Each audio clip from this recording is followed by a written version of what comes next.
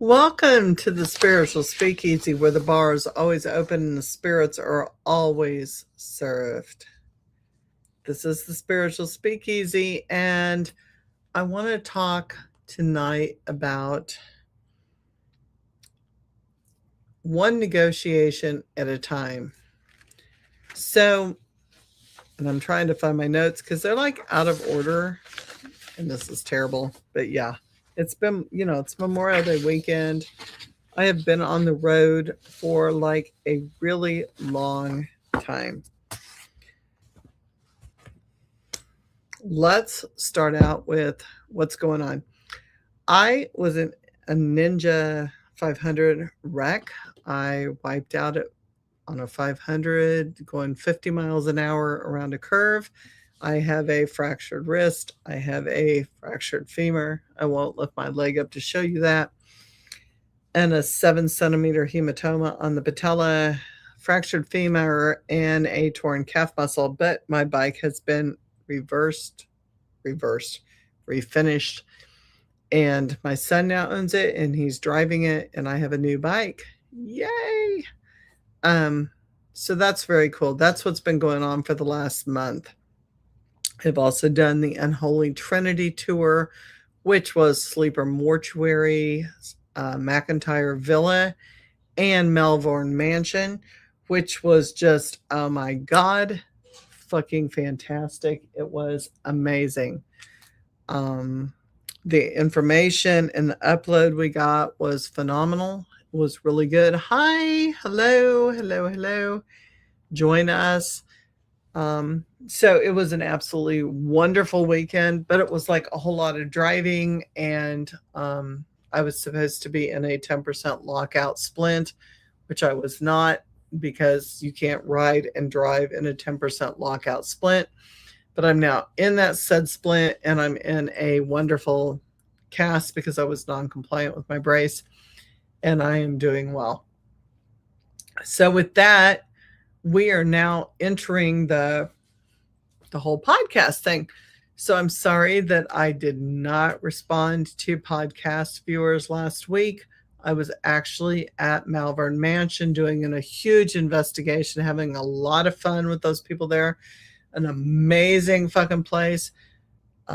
Great beer, great people, great attitude, great investigation, got great videos, played poker with spirits, drank whiskey. It was an amazing place. Malvern Mansion was just undeniably an incredible place. Sleeper Mortuary, my shouts out to those people. Absolutely amazing. McIntyre Villa, which has now been sold and actually has been taken over by the new people. Stephanie was the host of the actual ticket holders for the Unholy Trinity tour. It was really, really amazing. Cannot say enough about that either. Great investigation, great weekend. So here we are at the Spiritual Speakeasy, where the bar is always open and the spirits are always sold. Always. Jesus. It's been a long weekend. The spirits are always heard and have their voice. And I am here a bottle in. Yes, I am. Thank you. 410, appreciate you saying it sounds amazing. It was actually great. I have no makeup on because I'm right-handed. I have a cast on my right hand. Makeup is a whole thing with a cast with white underneath. Have not even tried that yet. I'm trying to cut my own food and eat my own food with a right hand, so that has been a whole tremendous thing. And like I said, I am a bottle in plus at the Spiritual Speakeasy, so I'm just saying we're communing with the spirits tonight for sure. What I wanted to talk about tonight is that really thin, fine line. Okay? So I missed this. And the reason I'm talking about this tonight is because people don't understand that when they think they're in control, sometimes the spirits are actually in control. Oh, you look gorgeous even without makeup. Thank you so much. I am old as fuck, and I don't know what 070 maybe 11s is saying. It's in a different language. Cannot do that, but I appreciate whatever you're saying. Love you so much. So, what we figured out during this whole thing is that we are guided, right? And there is a really fine line between life and death. And there's a really fine line with the spirits. When I wrecked out on my Ninja, um, shout out to the LS2 helmets and to Scorpion gear because I was wearing professional gear when I wiped out. It saved my ass. I had a black eye for a while. Should have ripped my face off. Should have died probably. It was a pretty horrific accident. And spirits will come to you when you commune with them and they are with you. And luckily, by the grace of whatever you want to call it in your world, I was saved and I made it through. My equipment was fucked up. My bike was fucked up, but I was very safe. And I'm very grateful for that and have the chance to ride again, have a new bike, have a new helmet, have new gear. Just have to wait a couple months to be released from a wrist fracture and a leg fracture. Very lucky. But it got me thinking about what is that thin fine line for you? What is that thin fine line where you're willing to negotiate whatever it is that you believe in for whatever it is you want, right? Second bottle, by the way. What is the terrifying part about negotiation? And what most people know is that they know what they're doing. You're from Mars. Oh, I love it. I love it. Yay. Bring me up. Beam me up, Scotty. Take me up to Mars. So negotiation, crossing a line that almost never starts with an action. It starts with permission. When did you let whatever it is in that you let in? Well, I can tell you for me, sorry about the light, I'm trying to lean. My permission began a long, long time ago. I had a dream, and my spirits came into that dream. And in that moment, when we were sitting around a campfire with witches drinking whiskey and passing around a bottle, I made a very conscious choice that I was going to let certain things in. And did I know in that moment what those things were? I did not. But I was willing to accept and I wanted knowledge. So I went there. I did a Voodoo ceremony. Things were placed on my head involuntarily. They were not what I would have chosen to be on my head. But it's kind of interesting how things balance out in the spiritual world. The yin and the yang. And I had the equivalent to, if you would, Jesus and Mary on my head. And I had Damballa, the gatekeeper for the dead, in my heart. And I went with my heart, not my head. When I had COVID, Damballa stepped in and saved me. And I'm a firm believer in that. It's been a couple of things that have happened through the time span of then and now where I've been saved again. And I have to say, when I wrecked out on my Ninja going around a curve was not my fault. I was going around a curve underneath the speed limit and somebody dropped hay bale twine, caught up in my back wheel, locked me up, and I went off the highway, saved my ass. That was, again, Damballa. And it gave me the common sense and the knowledge, and it was Baron who saved my ass spiritually. It's always been Baron, the underworld, the dead. And so there I rode. Knowledge is forefront and power is everything. And for those who ask, yes, I'm a firm believer in knowledge and the light giver, the bringer of light. And that's why I'm here today. So when I talk about the thin, fine line, that very thin, fine line between choice, consciousness, and just inactivity where you do what it is you do and you have no conscious and you have no understanding, crossing a line almost never stops, or never, let me rephrase that. Crossing a line almost never starts with action. It starts with permission.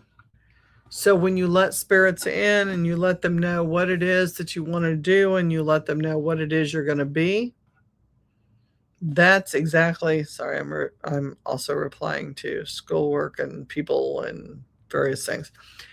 When you cross that line and you make that mental decision that this is where you're going, that is not really the action. That is the forethought before the action. And yeah, I made that a long time ago. I signed contracts way before this.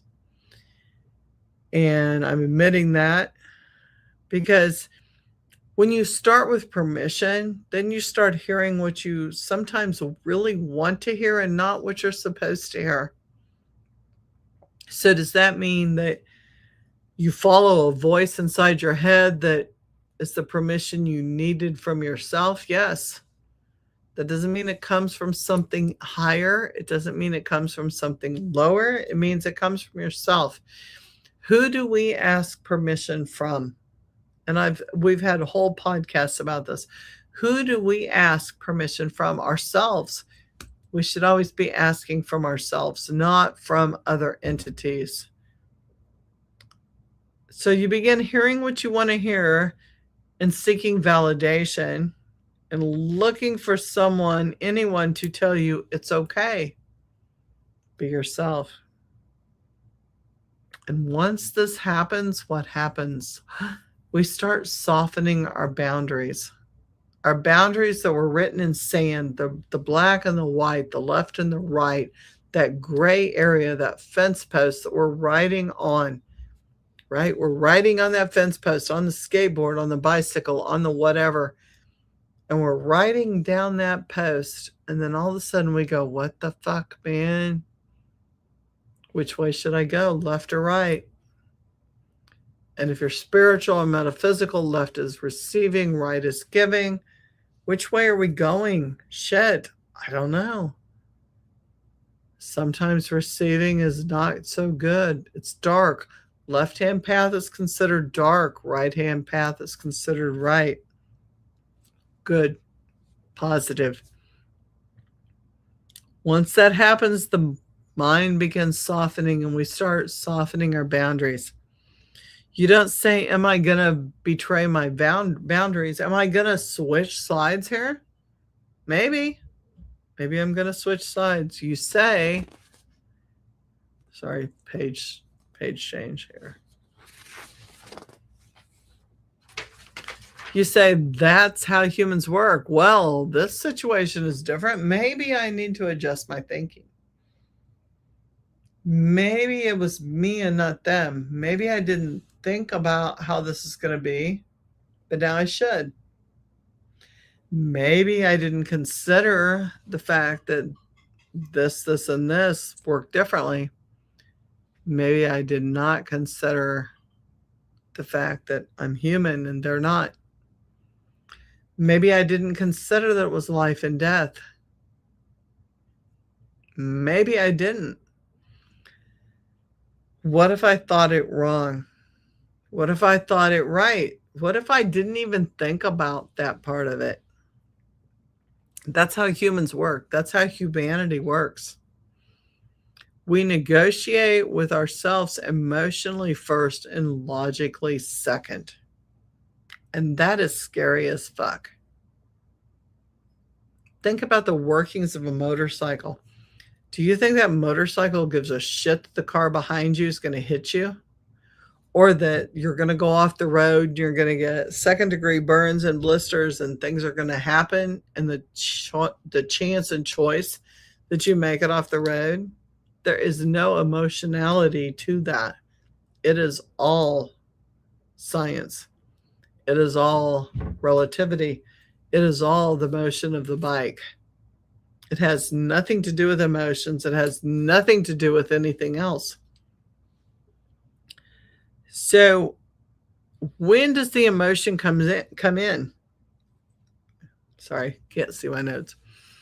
We negotiate with ourselves emotionally first and logically second. except for when you're in that a moment of crisis period. There are no atheists in foxholes. And I am here to tell you that science will come in every fucking time. Subconscious, science, theoretics, spatial reckoning, whatever you want to call it, it will come in because we know it. Whether we realize we know it or we don't realize we know it, it will come in every fucking time if you have any faith. And that's what came in for me. It was not like, oh my gosh, I'm going to be so sad if I leave my house, if I leave my kids, if I leave my husband. It's going to be throttle this, let go of this, hit this lever. It was very scientific. 1, 2, 3, 4, 5. Lay down and slide. And I did because I accept that. But I'm one of those people that tells people to jump. You have the parachute. We've been trained. We've been trained from the beginning with our subconscious and our soul. So you just follow through, right? You just jump.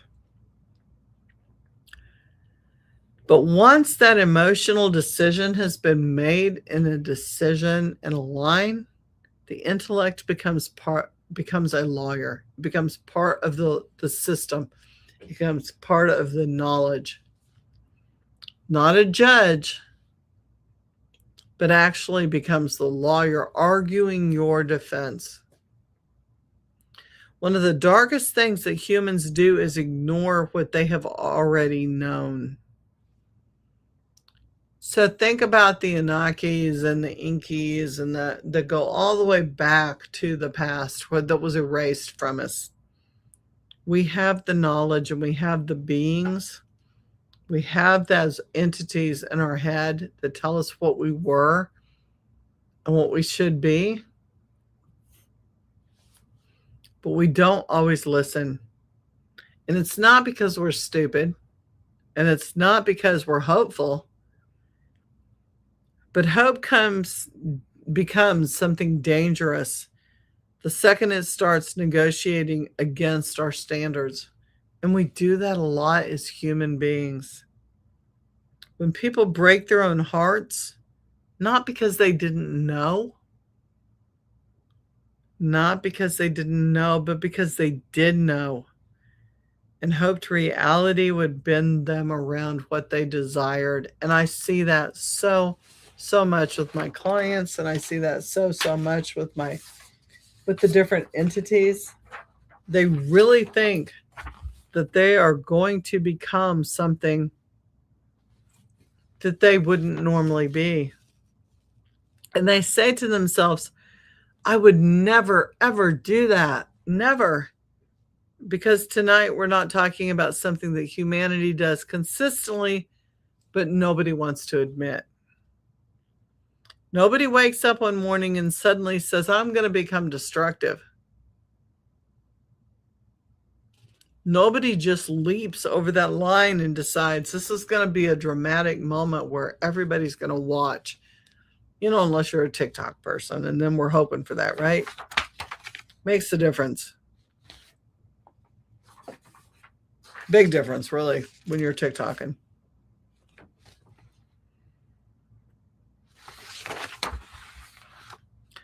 And humans do this consistently. Relationships, addictions, power, sex, control, spirituality. We hear what we want to hear, right? We hear in our ears what we want to hear, whether it's in our head, our minds, our soul, our hearts, our bodies, from our partners. Because hearing the truth means we have to choose. And we have a choice. It gives us both ways, right? We have a choice and we have to choose. And this is where the fuck around and find out versus the follow through, the fuck around and follow through comes in. Everybody knows the phrase fuck around and find out. But there's another version, and honestly, it's darker. It's the fuck around and follow through.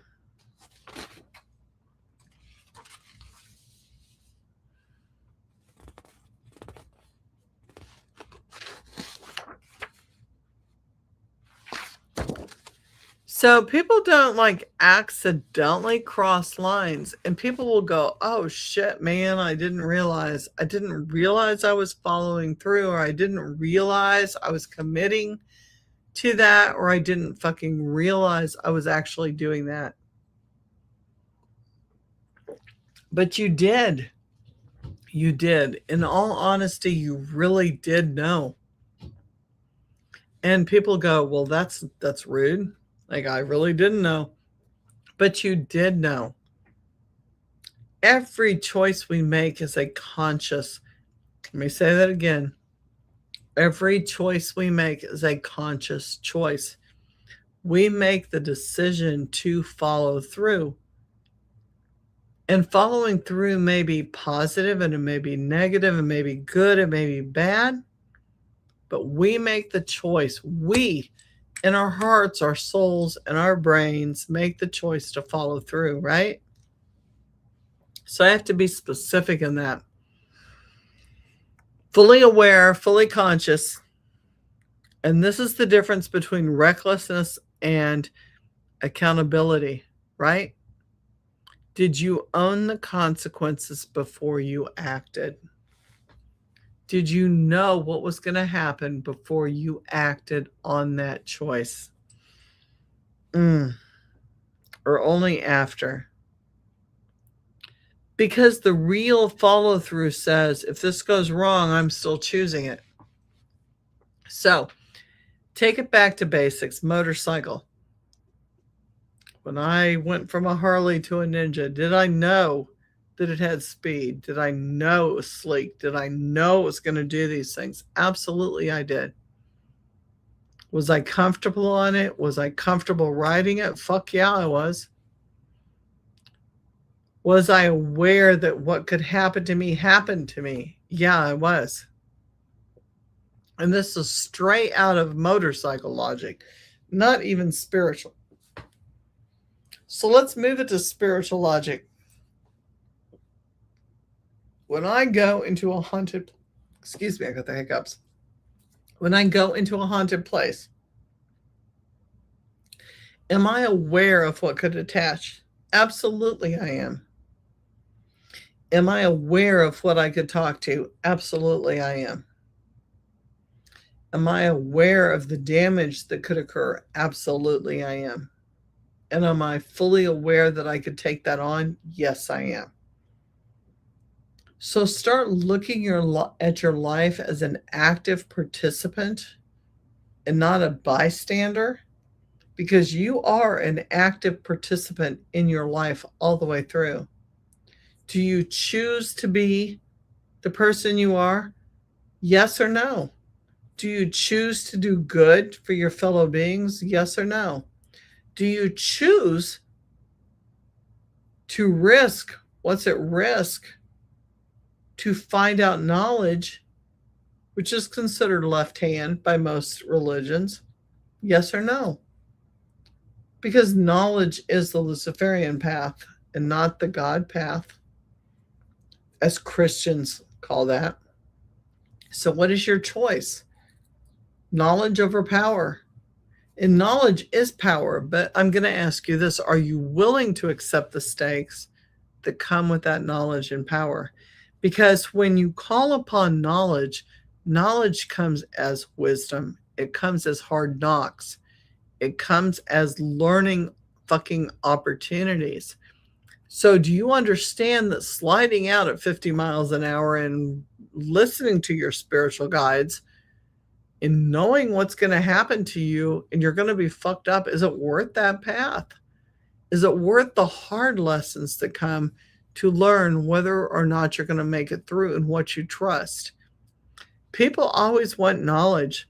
They want the higher source. They want the higher power. Let's bring it down. Let's do this shit. I'm going to snap and it's going to happen.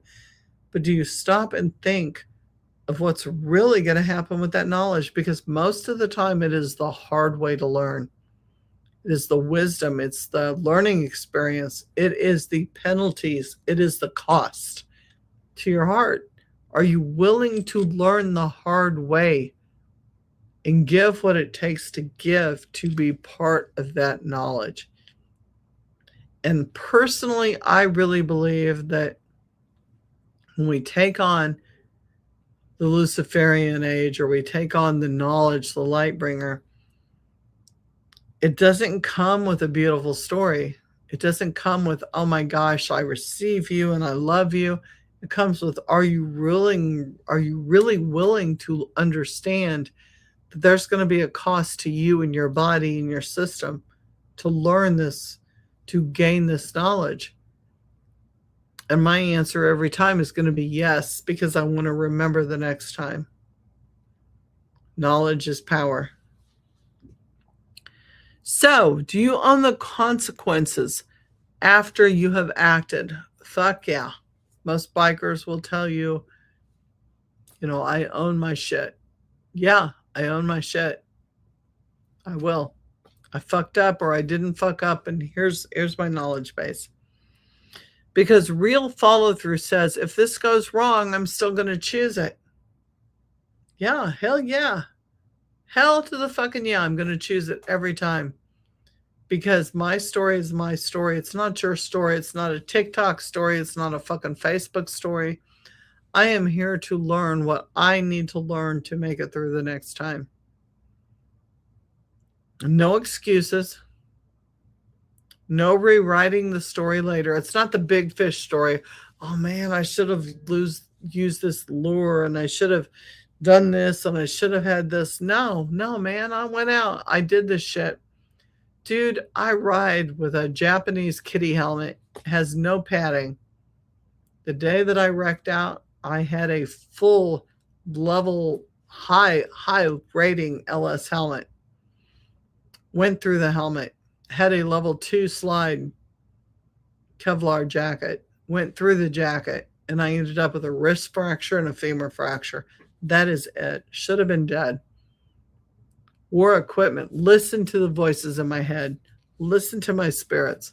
Listen to my guides.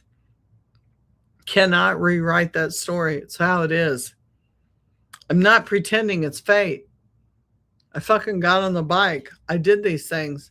I put my visor down. I never wear the visor. I put my visor down at the last traffic light that was red. Save my face. Save my brain. Ownership. Humans do not always seek what is healthy. Whoa, do we not? We seek what is familiar. Man, I am an adrenaline junkie from the beginning of time. I love adrenaline. Mental health, level moderate to severe. Prison, moderate to severe. Level 5. Nursing, trauma. Stopped at accidents, did what I needed to do for people. And that's the brutal truth. I love adrenaline. I love the rush. I love the fight. I will hit first and be hit second. That's the truth. But sometimes trauma becomes very comfortable. Not because we enjoy the suffering, but we might. Like, I'm not going to lie, there's pain in truth. And when you get hit back, there's that adrenaline, like, see you did that shit, and I'm waiting for it.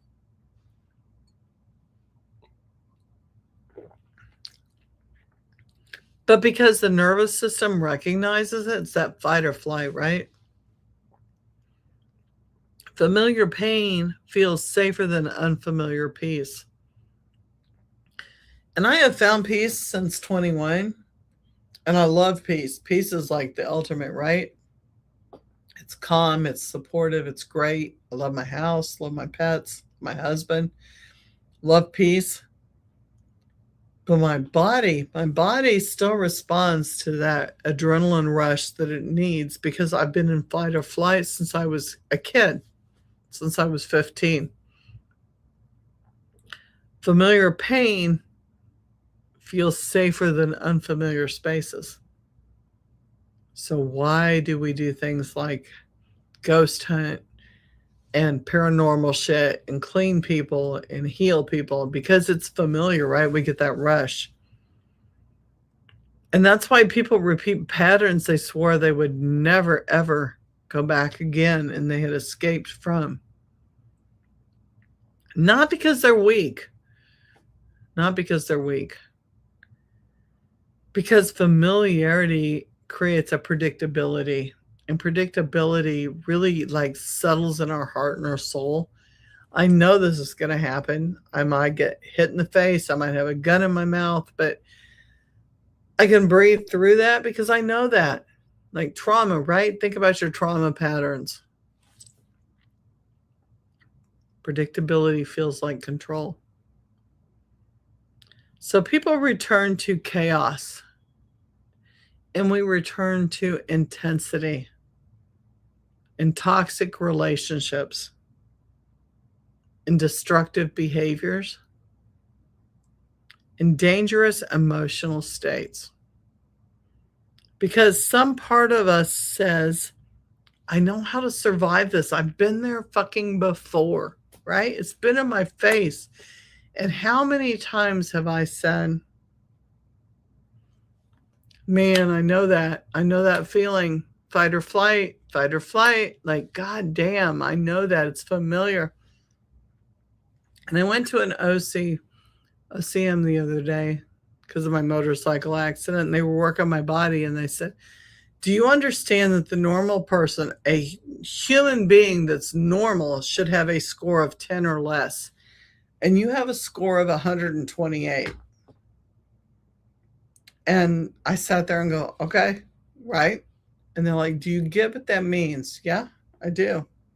My body is in a constant state or fight or flight. Always, every minute, every second, day and night. What does that mean? I've come to accept those things that are unfamiliar and those things that are scary, like in horror movies. Don't hide behind this, the blades and the cutters and the sickles and those things. Don't go into the shop that has those sharp objects and hide. My body thinks that's normal until things happen adversely. And then I panic and then I forget to breathe, which is really funny because my ITC and paranormal, my communication devices will always say, breathe. And when you get on my webpage and you watch our videos with Chris and me, it's always breathe, breathe, breathe. It's my spirits telling me no matter what happens, I need to breathe. That fight or flight, that sphincter that shuts down, that goes, don't breathe, hold your breath, suck it in. The vasovagal response. We make those choices based on fight or flight, which gets really sick for some metaphysical workers because they haven't worked through their own trauma. And they're working on you, and you're paying them to work on you while they're working through their trauma. And they're holding their breath. And they're really thinking, I need to breathe because I can't make it through this. And when you think about that, that's where, pardon me, I got the hiccups now. That's where it gets really scary. I'm working on you, pulling off your negative attachments while I'm unhealed and I'm fully trauma based and latched in, responding to my fight or flight, going breathe. Now think about that moment right there. Hold, pause, think about it. That thin fine line where I'm trying to pull something negative off of you and I'm in my trauma response with whatever trauma attachment I have, dealing with what I was going through whenever I was going through it, trying to relate to you in this current moment, pulling something negative off of you while living in the past and not healed from my own trauma. And I say that full-heartedly because just recently, like a couple days ago, I got the message from somebody that was talking about paying somebody a huge amount of money, working generational curses from 1350, and a curse that someone died of that went crazy, blocking someone's chakras, and the effects clear up to 2026. And this is someone I worked on who would not understand or listen to the fact that I said it was going to take time to work through these curses. But again, they were into the whole drama, trauma, fight or flight response, and not listening to that thin line.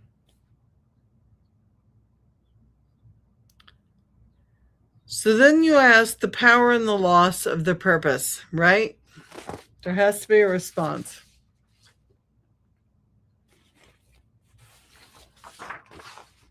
Turning pages. This is where it gets really dangerous to me. Power changes people slowly. It's not a fucking, oh my God, the dark side has cookies. Here, let me have a plate of cookies. I'm going to eat a cookie and now I'm dark. That's not how it fucking works. I wish it did. We could recognize it, right? Black and white, Luke Skywalker and white. You got the, the Death Star and those people in black.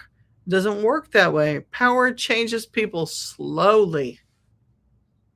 Not huge, dramatic responses. Very quietly. Insidiously. Beckoning, calling us. And people will say calling us to the dark side. Come on, we got cookies, right? Like we have great chocolate chip cookies. We have all kinds of shit. No, it's enticing. Why? Because we are so in our heads about the other side, the light side. We've been recognized by the church. Most of us have been indoctrinated by the fierceness of religion and our parents, our families, our culture. So we think, oh man, like they're going to restrict us, right? The right hand man has got us. But we don't stop and think that, man, the dark side's got us too. It's not dramatic. It's very quiet. At first, the goal is good. We are going to use this power and this energy to fight whatever is oppressing us or other people. To help, to protect, to understand, and to serve. But power introduces temptation. Power always introduces temptation. And eventually, the work stops being about purpose and starts being about identity. So for those of you guys that follow anime, think of Death Note. I am going to take this and I'm going to right the wrong. I am going to write all of the abusers and the homicidal maniacs that are doing bad to the world. I'm going to put their names down in this notebook and I'm going to erase the evil. And then it became, I'm going to protect myself and I'm going to make a name. Everybody's going to know I stand for justice. And everybody's going to know that I'm going to take down the evil in this world and I'm going to right the oppression. What does that now become? Me.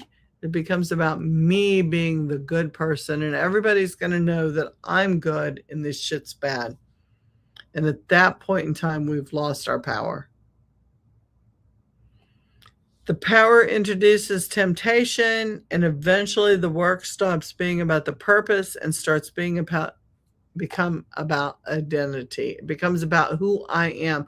You're going to know me because I'm going to speak out against this person or this thing or this being or this energy. It's about ego, and it's about proving something. And that's where people lose themselves. It's where we lose ourselves, our humanity, our love of grace, who we really are. It's not in the darkness. It's in self-importance.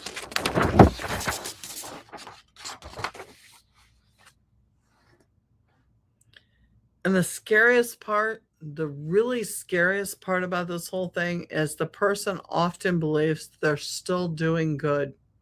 They're still working for humanity and the good of other people.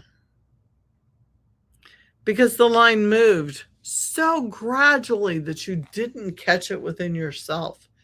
And this is where self-knowledge becomes so fucking important.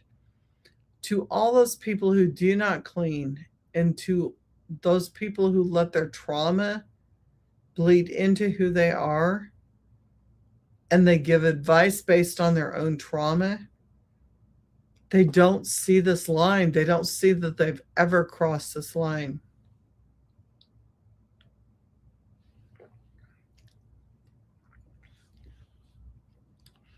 So what's controlled and what's chaos? Darkness itself is not a danger. We are taught from Christian religion that darkness is a danger. That's Christian religion trying to profit, monetize, keep restricted, keep control. Suppression is not wisdom. Suppression, let me repeat that. Suppression is not wisdom. And pretending humans don't have a primal urge creates worse matters. We are human. We are primal. We are animal. We have instinctual primal urges. And restricting those is not a positive thing in my mind, my opinion. I don't think we can let it run wild. I think anything in full-blown action is bad. So I don't think from a scale of 0 to 10, 10 being the worst case scenario, letting everything run wild, 10 is not good. 0 is not good. We have to have a balance. There always has to be a medium. I think letting things like take over us is not good. I think anytime we cross that line is not good. Suppression is not wisdom. Lack of boundaries is not wisdom or control. Lack of honesty is also not boundaries and control. We have to be honest. Why am I doing this? Why am I thinking this? Why am I creating maybe this extreme in my thoughts? Sorry, I'm plugging in my computer because I was on the road last week and I forgot to plug it in. So I'm like doing multitasking here. Sorry. Whoops. Oh my gosh. Okay. Hang on. Can't do two things at once. And I certainly cannot work with my right hand. So like, oh, shit. Like, it's in. How do you pull these things out? I don't know. I need a tech support person. Hang on. Oh my gosh. One moment. Oh, I don't know how to do this. This is crazy. Well, where is my battery at? Look, settings, got it. We're just going to mark got it. And we're going to hope my battery don't die because I don't know how to do that with one hand.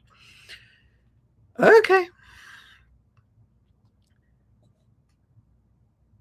So the scariest part is people often think they believe they're still doing good.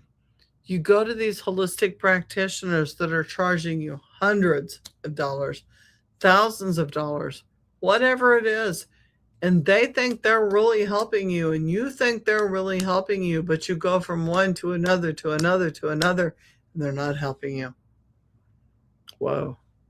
And I've been in this case. I have clients that are going from person to person to person, thing to thing to thing, country to country to country. And I told them what they needed to know from the beginning. It's up to them. Darkness is not the danger. Suppression isn't wisdom. And pretending humans did not have the primal urges creates more monsters. And what does church and state do? It does not recognize the monster in us. So, recognizing the dark side of us is a really big, important thing. Like, do I have a dark side? Do I have a shadow person? Fuck yeah, I do. And I'm willing to admit that I have a dark side. It's a very dark. My dark side is as dark as it goes. But I welcome it because it's part of who I am. It's part of who I will be. It's part of how I'm going to work with you. The danger is lack of awareness of where you are and who you are. It is lack of boundaries. It is lack of honesty. Whoa. And when you think about that, say that again with me. It is lack of honesty. I know, me. I know what lives inside of me. I know what I am capable of. And I choose consciously every fucking minute of every fucking day to be a part of that. Good or bad, right or wrong, good and evil, whatever words you choose to use. Chaos will say, I feel it, therefore I must obey it. That doesn't suit me. Huge difference. Huge, huge difference. I'm thinking more of real power is not pretending you don't have a darkness. Like, I sit on my doorstep with my demons and we smoke cigars and we drink wine. Hello, tonight's one of those nights. A bottle and a half in, right? What's going to happen? Well, we're going to learn. We're going to talk. We're going to be honest. Whether it's good or bad, whether it's informative or not, real power is not pretending you don't have any darkness. People think, and this is the big trend right now, get rid of your shadows. Eliminate your shadow forces, your shadow people, your shadow things. No. The dark has to be part of the balance. The dark and the light has to be part of you. Integrate those. Sit on the fucking doorstep with the bottle of whatever it is you drank with your shadow people and smoke whatever it is you smoke and go, hey, how was your day? And they're going to say it was fucked, man. It was a long fucking day.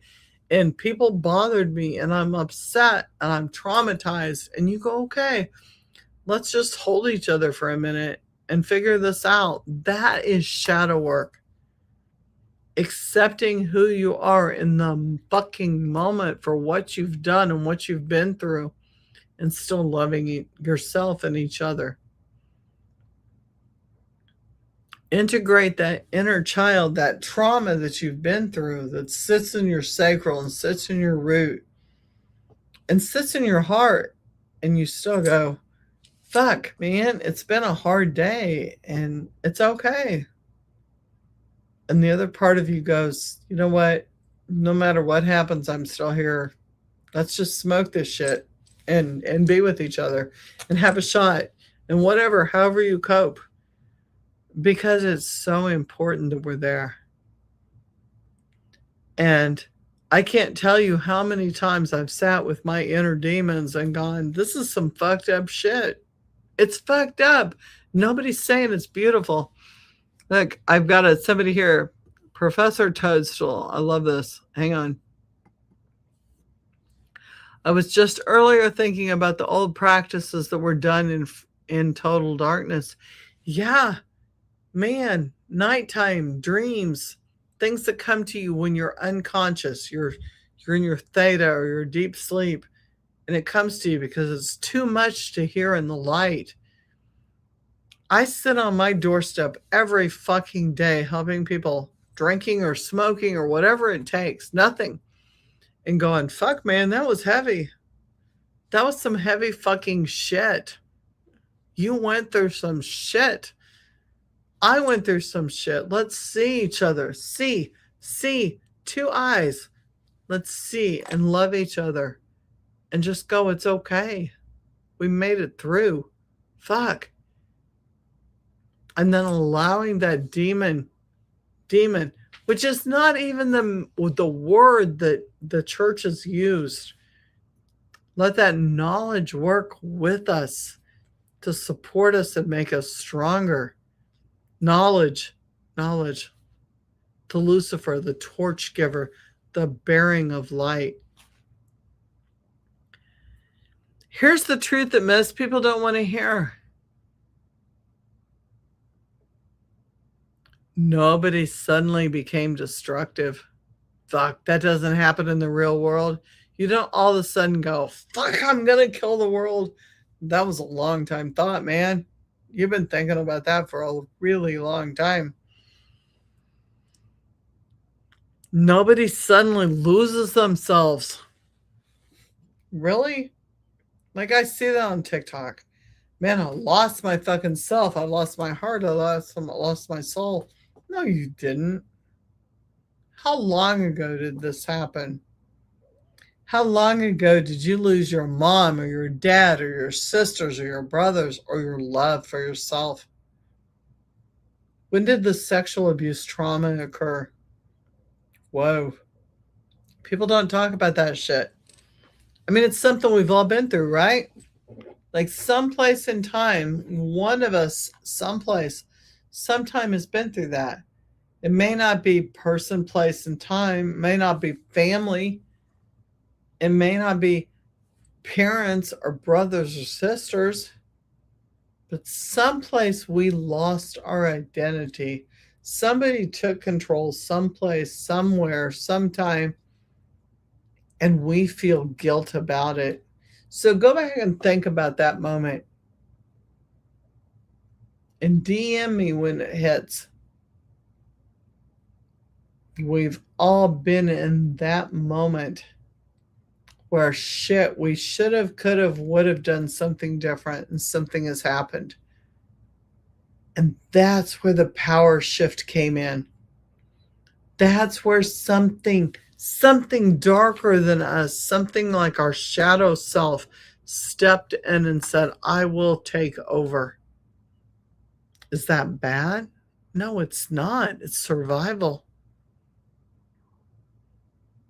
Think about that moment where that shift came in. Think about it. The line moves fast. One little negotiation. One really little justification. One really little tiny compromise at a fucking time. Well, if I just give this little bit of myself, then maybe this will help. If I agree to this thought, maybe this will help. I'm weak right now, but maybe not. Maybe I need to go here. Think about those givings that you gave for what you received in the end. Was it worth it? Was it not?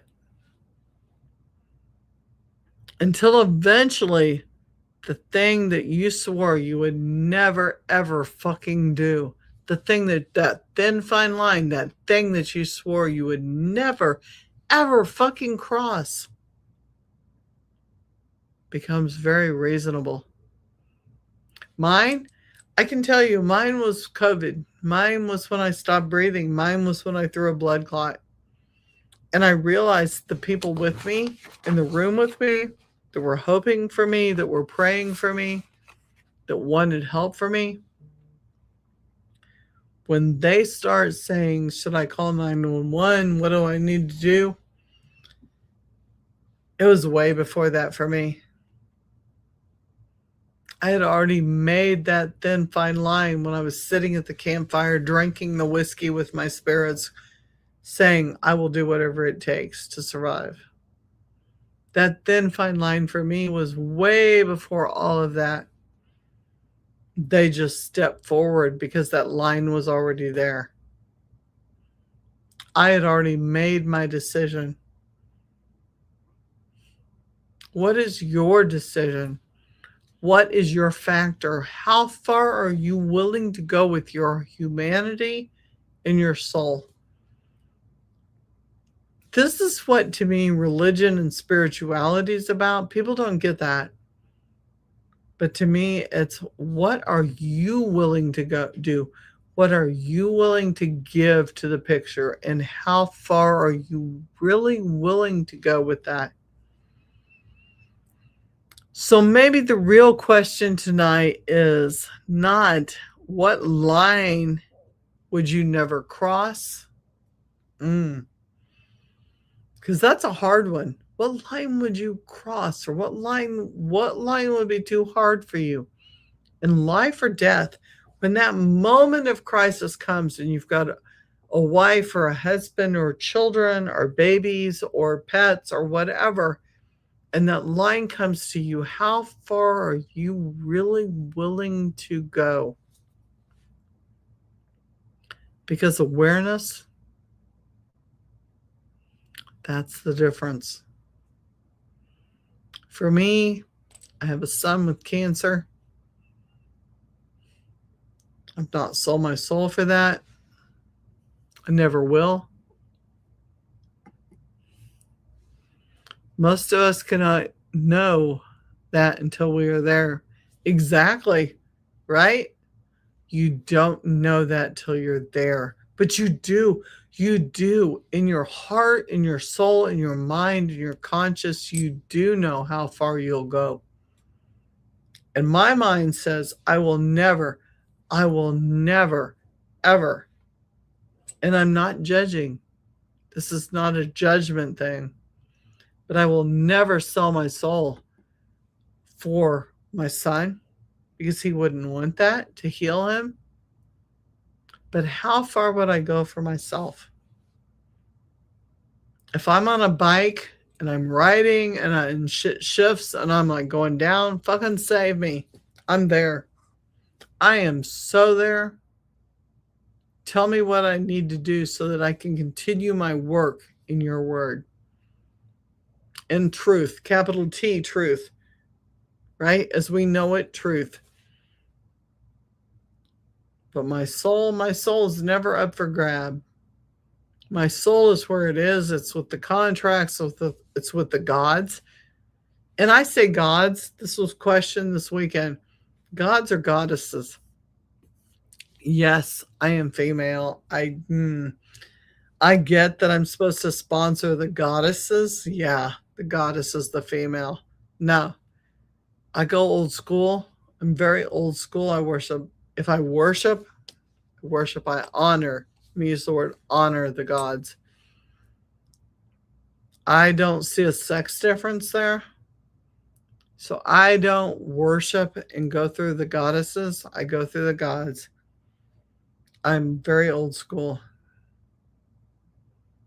And they take care of me, and I take care of them. So when it comes to life's lessons, I'm old school. I'm Nordic. I'm Luciferian. I was going to say satanic, but that's almost new age. I'm very Luciferian. I look forward to the old gods and the old lords for guidance. I don't do new school. I'm not a fucking Wiccan. I don't believe in do what you will and harm no one. But I do believe there's consequences for every choice and action that we take. So, awareness, yes. Know the difference? Absolutely. Perfection? Fuck no. I'm human. I'm never, ever fucking gonna be perfect. And do I try to be? Fuck no. That's the beauty. That is the absolute beauty in chaos, right? We were created for chaos, not purity. Far from it. Awareness? Hell yeah. Think, think, use your brain. And I want to thank you guys tonight for joining me in this, where the bar is always open in the spiritual speakeasy, where the spirits are always served, because that is my purpose. My purpose is to walk with the spirits and allow them to roam freely, whether suicidal or harmed by themselves or age or deities or timeline or contract. I am there for the spirits. I'm there for the dead. Thank you for joining me on the Spiritual Speakeasy. The bar is always open. The spirits are always served. And I want to say this to my flight nurse who's going to the Philippines right now. Thank you so, so much for being the guidance, Chris, for how do I want to word this? For maybe changing the world of nursing and changing the world of healthcare one person at a time, because nurses eat their young and it's a horrible profession for those who are trying to actually heal people, because that's not how it works. And I have learned so much from your videos. TikTok, Chris, the spiritual nurse who flies, and I love you so much. Thank you for all my people on TikTok that I follow. Aomori, for the goddamn the wickedness and the Satarian and the Luciferian thoughts of getting even for all those fucking people who work children and hurt children. And mostly, for those people who are willing to go forth and pan to those people who are doing harm to children. If you see a panda in my name, the panda is a working thread to those people who do injustice to children. I love you all. I thank you all tonight for watching me. I thank you all for loving me. I thank you all for prayers for me, my family. I salute you. Thank you. Come back next week. It's going to be even better. I promise you. I appreciate you from my heart. And love to you guys. Good night.